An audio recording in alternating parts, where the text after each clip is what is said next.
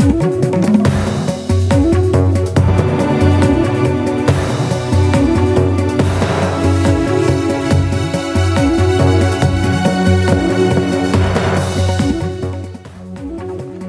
मैं रवीश कुमार। अक्सर कहा जाता रहा है कि कांग्रेस भी भीतर भी हिंदूवादी तत्व हैं, राष्ट्रीय स्वयंसेवक से सहानुभूति और सहमति रखने वाले लोग हैं। कई मामलों पर नरम हिंदुत्व की राजनीति भी कर लेती है कांग्रेस। 90 के दशक के बाद इस अंतर पर, समानता पर चर्चाएं फीकी पड़ने लगी, क्योंकि आर्थिक नीतियों और योजनाओं को लेकर कांग्रेस, बीजेपी या किसी भी दल में फर्क मिटने लगा। वैचारिक विभाजन के लिए कांग्रेस और बीजेपी के बीच एक ही रेखा है, राष्ट्रीय स्वयंसेवक संघ। संघ भी बीजेपी के साथ रहते हुए उससे अंतर को उभारने में काफी मेहनत करता है। आपने चुनाव के वक्त खबरें भी देखी होंगी कि बीजेपी को जिताने संघ के सैकड़ों लोग बिहार, असम जाते हैं, वहां पर चुनाव लड़वाते हैं। यहां तक कि गोवा के प्रांत प्रमुख सुभाष वेलिंगकर को इसलिए पद से हटा दिया गया, पद से, कि वे राजनीतिक दल बनाना चाहते थे, राजनीति कर रहे थे बीजेपी सरकार के खिलाफ। यह संघ का आधिकारिक बयान है। गोवा में वेलिंगकर की हैसियत संघ और बीजेपी में उस्ताद की रही है। उनके पद से हटाए जाने के विरोध में 400 स्वयंसेवकों ने इस्तीफे का ऐलान किया है। मीडिया में ऐसी बातें छप रही हैं कि वेलिंगकर भारतीय भाषा सुरक्षा मंच के मुखिया थे, जो बीजेपी सरकार की आलोचना कर रहा था। यह मंच की अंग्रेजी को बढ़ावा मिल रहा है, कोंकणी और मराठी को नहीं। अलग अलग दावे हैं। आने वाले दिनों में वेलिंगकर के मुखर होने से उनका भी पक्ष सामने आएगा। वही बताएंगे कि क्या उन्हें बीजेपी अध्यक्ष अमित शाह को काला झंडा दिखाने के कारण पद से हटाया गया है। यह उदाहरण इसलिए नहीं दिया कि इस पर चर्चा करूंगा, बल्कि इसलिए कि क्या संघ बीजेपी से अपनी पहचान के अंतर को लेकर पहले की तरह मेहनत नहीं करना चाहता है। अब आते हैं राहुल गांधी पर। राहुल गांधी पिछले कुछ महीनों से लगातार राष्ट्रीय स्वयंसेवक संघ पर बयानी हमला कर रहे हैं। बयानी हमला दूसरी बात होती है। सवाल है कि क्या राहुल गांधी जमीन पर उतरकर आरएसएस से लड़ने की तैयारी कर रहे हैं?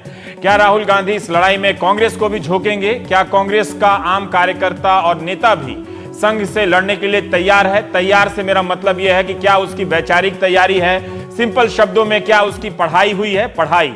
क्या राहुल गांधी और आरएसएस से लड़ते हुए अपनी पार्टी के भीतर हिंदुत्व के प्रति सहानुभूति रखने वालों से भी लड़ेंगे?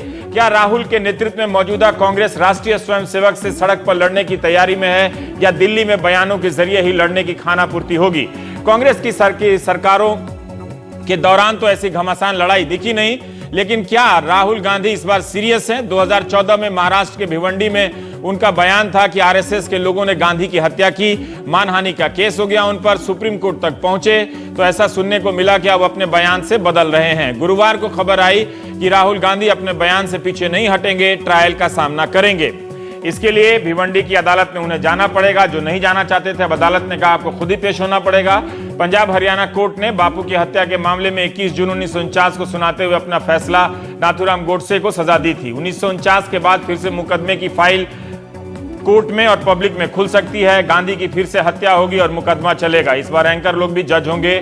बंगाल चुनाव के दौरान टीवी चैनलों पर हर दूसरे तीसरे दिन आपने नेताजी सुभाष चंद्र बोस की फाइल खुलती देखी। चुनाव बीत जाने के बाद फाइलें बंद हो गई हैं। अगर यह चुनावी राजनीति के लिए यह सब हो रहा है तो दुखद है। अगर वाकई कांग्रेस आरएसएस को लेकर अपनी कोई ठोस समझ बनाना चाहती है, और देखते हैं तो देखेंगे अभी समय के साथ। राहुल के वकील कपिल सिब्बल को सुनते हैं कि वो क्या कहना चाहते हैं। आज जब मामला अदालत के सामने आया तो आरएसएस ने कोर्ट के सामने हमारे लिए एक बयान कहने को कहा कि हम मानते हैं कि आरएसएस ने गांधी जी की हत्या नहीं की और आरएसएस दोषी नहीं है। तो हमने कहा कि जो हमने कहा है पहले उस पे हम कहें, हम कोई और बयान नहीं देने वाले। और अगर आप समझते हो कि इसमें मामला स्पष्ट होना चाहिए तो हम तैयार हैं, हम अदालत में लड़ाई करेंगे, क्योंकि ये अदालतों की तो लड़ाई है नहीं। अदालत में तो हम लड़ाई करेंगे ही करेंगे, लेकिन ये लड़ाई अदालत के नहीं है। ये लड़ाई इस लड़ाई में ये फैसला होगा कि असली हिंदू कौन है, ये फैसला होगा। सिब्बल साहब का यह बयान मुकदमे की ब्रीफ से बहुत आगे का है। असली हिंदू से लेकर पहचान की राजनीति के सवाल को वो ले गए, उनका हिस्सा मैंने दिखाया नहीं। फिर तमाम प्रकार की लड़ाइयों को मिक्स करने लगे। बीजेपी के तमाम नेताओं ने राहुल गांधी के स्टैंड पर हमला किया है। संबित पात्रा, राजीव प्रताप रूडी, किरण रिजिजू से लेकर कई नेताओं ने आलोचना की है। पूरी तरह से कंफ्यूज हैं राहुल गांधी। कभी कुछ बोलते हैं, कभी पलट जाते हैं। पूरी पार्टी उनकी राष्ट्रीय स्वयंसेवक संघ को राहुल गांधी और कांग्रेस पार्टी के सर्टिफिकेट की जरूरत नहीं है। जिस तरह की बयानबाजी वो कर रहे हैं उससे वो 44 से 4 पे पहुंच जाएंगे। 30 जनवरी 1948 के दिन महात्मा गांधी की हत्या हुई थी। अगस्त 2016 में, सितंबर 2016 में माफ कीजिएगा। चर्चा के लिए इसके तमाम पन्नों को पलटने होंगे। 15-20 मिनट की चर्चा में आप इसकी उम्मीद ना रखें। अगर आपको लगता है कि इस विषय में जानना चाहिए तो टीवी छोड़कर लाइब्रेरी में समय बिताइए, वरना एक पक्ष ये कहेगा कि सरदार पटेल ने संघ की तारीफ की, एक पक्ष कहेगा कि सरदार पटेल ने आरएसएस को बैन किया, कोई कहेगा नेहरू गांधी ने आरएसएस की तारीफ की, कोई कहेगा आरएसएस ने गांधी को मरवा दिया। जैसे गुरुवार शाम कांग्रेस पार्टी ने एक ट्वीट कर दिया। इंडियन एक्सप्रेस अखबार की कतरन अंग्रेजी में है, मैं हिंदी में पढ़ देता हूं। लिखा है कि आरएसएस नेता ने गोडसे को रिवॉल्वर दिया। ये हेडिंग में अखबार में गोपाल गोडसे का बयान हाईलाइट है। वो कह रहे हैं कि सभी भाई हम आरएसएस में थे, नाथूराम, दत्तात्रेय, मैं और गोविंद। आप कह सकते हैं कि हम अपने घर के बजाय संघ में ही पले बढ़े। संघ हमारे लिए परिवार समान है। समय की कमी को देखते हुए हमारी चर्चा सिर्फ एक सवाल तक सीमित रहेगी कि क्या आरएसएस ने गांधी की हत्या की। संगठन की महानता या उसकी खराबी से जुड़े बयानों पर हम कभी और चर्चा कर लेंगे। राकेश सिन्हा है और शमसुल इस्लाम है। दोनों की खास बात यह है कि ये दोनों ही भीतर से संघ को जानते हैं। तो अब हम आपको क्या बताएं, तो हमारा सवाल शुरू होता है। शमसुल साहब, आज के नए दर्शकों को बताइए कि इस बात में क्यों दम है कि आरएसएस के लोगों ने गांधी की हत्या की।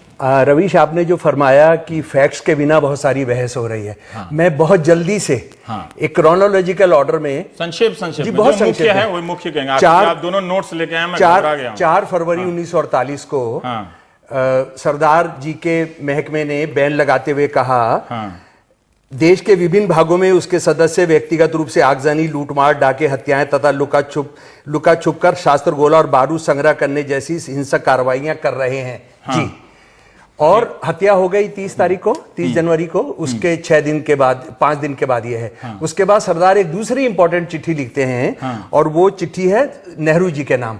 और पता नहीं बदकिस्मती से कि इस चिट्ठी का पहला भाग पढ़ा जा रहा है, दूसरा नहीं पढ़ा जा रहा है। इस चिट्ठी में सरदार ने लिखा, अभी बहुत इनिशियल इंक्वायरी है कि it also clearly emerges from these statement that the RSS was not involved in it. ये चिट्ठी है फरवरी 27 की, सरदार पटेल नेहरू को लिख रहे हैं। लेकिन इसका तीसरा para, in the case of secret organisations like the RSS which has no records, registers etc, securing of authentic information whether a particular individual is active worker or not is rendered a very difficult task।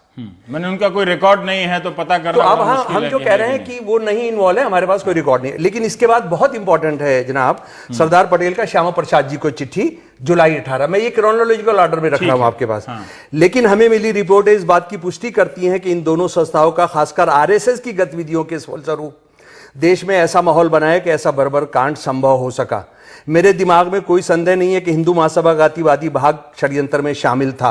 RSS की गतिविधियां सरकार और राज्य व्यवस्था के अस्तित्व के लिए खतरा हैं। और आखिरी जनाब चिट्ठी में पढ़ रहा हूं 19 सितंबर की, यानी लगभग 1 साल के बाद, हिंदुओं में जोश पैदा करना और उनकी रक्षा के प्रबंध करने के लिए आवश्यक न था कि वो जहर फैले।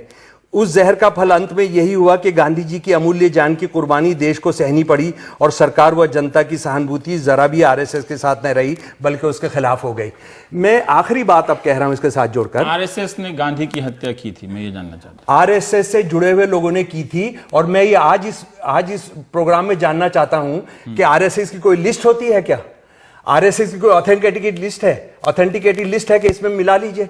जैसे मान लीजिए ग्रैहम स्टेन्स का जलाकर मारा, ठीक, क्या उनकी कोई लिस्ट है? जब इनको मर्जी आती है ये मना कर देते हैं। या तो यह है आरएसएस की एक लिस्ट हो जो ऑथेंटिकेटेड राष्ट्रपति की तरफ से, या इनके जो, ठीक है, लेकिन इसका लाभ ये भी, इसका फायदा उठाएंगे आप ये भी ना कहें कि कोई आरएसएस का। आप बताइए हमारे दर्शकों को कि ठीक है, जो नए लड़के हैं, यंग बच्चे देखते हैं, वो इसीलिए मैं आज पर लाना चाह रहा हूं कि क्या आरएसएस के लोगों ने गांधी की हत्या की, इसके क्या प्रमाण? आपने जो चिट्ठियों में पढ़ा नहीं, उसमें यह बात आती है कि आरएसएस ने एक माहौल बनाया, जो दूषित प्रदूषित माहौल बनाया, उससे जुड़े हुए लोगों ने किया।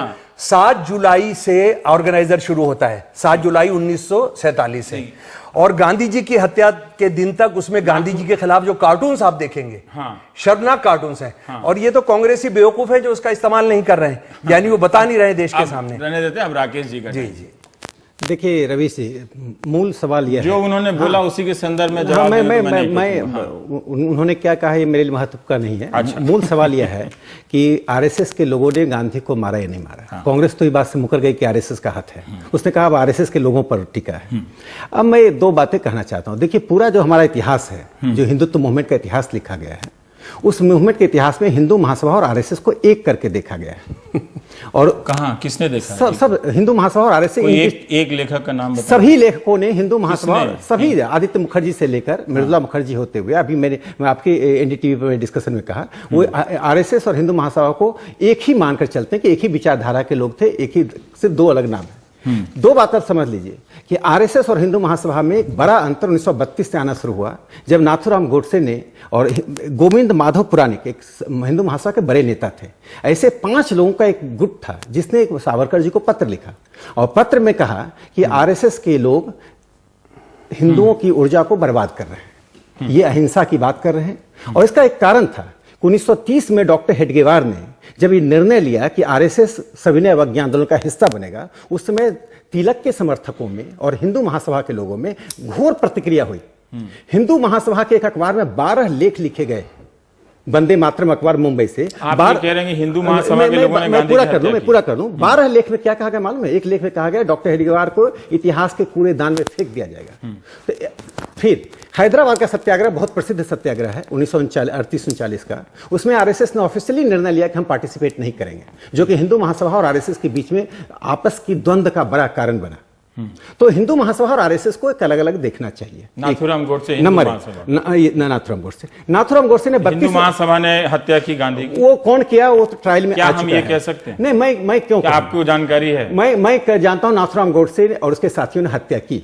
उसका वैचारिक संबंध हिंदू महासभा से था, संगठनात्मक संबंध। और गोपाल गोडसे ने जो कहा भी कांग्रेस, सुन लीजिए, गोपाल गोडसे ने तो महात्मा गांधी के बारे में बहुत बातें कह दी, नेहरू जी के बारे में बाद में बहुत बातें कह दी, सब स्वीकार कर लीजिए। सिलेक्टिव क्यों स्वीकार करते हैं? आपका कोर पॉइंट है कि हिंदू महासभा और आरएसएस मैं अभी और एक और प्रश्न पाता हूं। देखिए एक और बहुत महत्वपूर्ण चीज है जिसको डीपी मिश्रा की नेहरू युग, नेहरू एपॉक करके किताब है, बहुत महत्वपूर्ण किताब है, इंडियन पॉलिटिक्स के हर छात्र को पढ़ना चाहिए।